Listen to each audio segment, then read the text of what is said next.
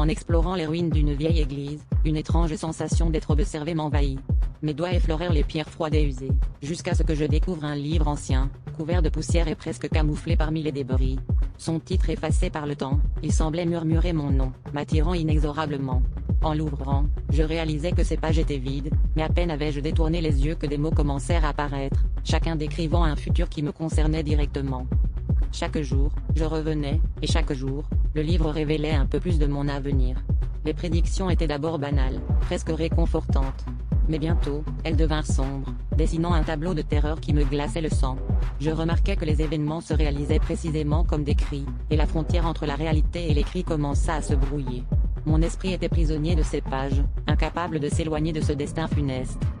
Un soir, en feuilletant une nouvelle fois le livre, je lus une page qui décrivait ma propre mort, survenue dans cette église même.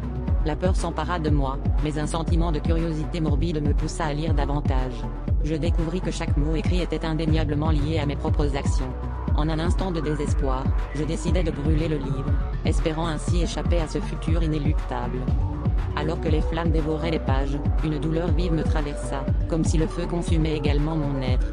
Je compris alors que le livre avait été une extension de moi-même, liée par une force incompréhensible. Mon reflet dans le miroir se déforma, et je réalisai avec horreur que je n'étais plus qu'une ombre de moi-même, condamné à errer pour toujours dans les ruines de cette église, gardien d'un livre qui ne révélerait jamais plus le destin de quiconque d'autre.